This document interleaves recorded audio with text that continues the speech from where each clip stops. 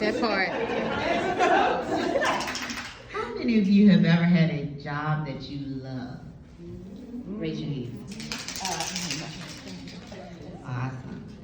I want to share with you an experience I had about a job that I love. I'm from and still live in Virginia Beach, Virginia. We are separated by water everywhere to get to different 7 cities. We're conjoined with 7 cities, and you have to go across a bridge or a tunnel to get to most of the other cities. There was a time in my life where, well, I can't say it was a time in my life. I am still a workaholic. Back then, I was a workaholic, so I was picking up a part-time job. Went for the interview, because it takes a whole lot of money to keep all of this.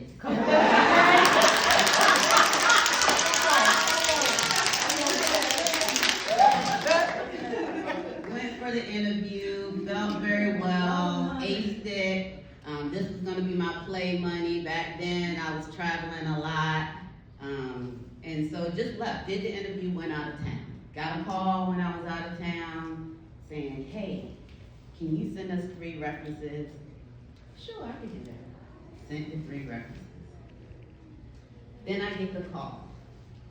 We'd like to offer you the job. Cool. I'm for that. It is a full-time job. Well, I already have a full-time job.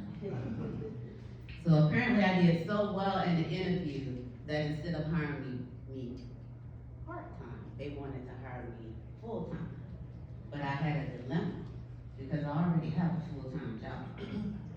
So I decided, weighed the pros and cons, the salary, the hours, and I made the switch. The interesting part about this switch is that the minimum commute that I had was 1 hour, but usually it took 2 hours to get to this job. It was across the bridge and across the water. Most people didn't even drive over there for employment, but this was a position that was in my education and in my experience. It was a new opportunity to work for a big company. So I took the opportunity and I drove every day a minimum of 2 hours back and forth, stayed at work between 10 and 14 hours, and then added a minimum of 2 hours of commute on top of that job. I loved that job.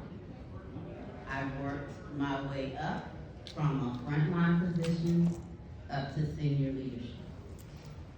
There was a time in my career there that I was tapped on the shoulders and told, hey, you are next in line for your boss's position. My boss was the top boss. I was number 2. She was number 1. How many of you would love to be told that you don't have to apply, that you are going to get this job when this person retires? That's kind of what we all dream of, right? So that's the message that I got. So for the next year, she was supposed to retire in 1 year. She started moving over her tasks and moving over her responsibilities because she's gonna retire in a year. So now I'm doing my job and part of her job, getting ready for her job. The end of 1 year, she's still there. Nobody is saying anything about her retirement. Word not even used. Now granted, I had been with the company for 12 years and we had developed a friendship in addition to this working relationship. It was very uncomfortable for me as well. I had worked my way through to this point because I loved the job. 2-hour commute, didn't matter. I loved the job. I loved the people I worked with, the money was good. 15 months into it, still not saying anything. She's still on deck.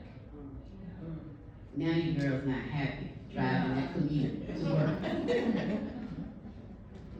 I'm looking at her, she's looking at me. We're talking about business, but we're not even having personal conversation because it's the elephant in the room.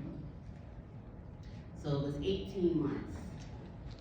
And I prayed to God, I was like, God, now I'm driving 2.5, 3 hours to a job that I don't like because of this situation. I'm doing my job and most of her job. And nobody is saying anything, and I know that we can't force her to retire. So what do I do? So what I did was God told me to show myself to the marketplace, and I did. I applied for an external position, which was the same position. It was an executive director position with another company, and I got it. The lesson that I learned from that is that external position, I was only in that position for 8 months. God brought me my dream job 8 months into that external position to move into the position that I really wanted. And sometimes God will move you out of a place of comfort. And see if you're willing to leave your comfort. Because I was comfortable in the position, I just wasn't happy to give you the things that you say that you asked for. So I encourage you to do what I use, a small process that I use. It's a project management process to help get myself away from that job. I planned to prepare. I prepared, looked for an opportunity that matched my competencies. I implemented, I interviewed on my days off. I monitored the process. Whoever I interviewed with, I kept a chart of when I interviewed and when I expect to hear back from them.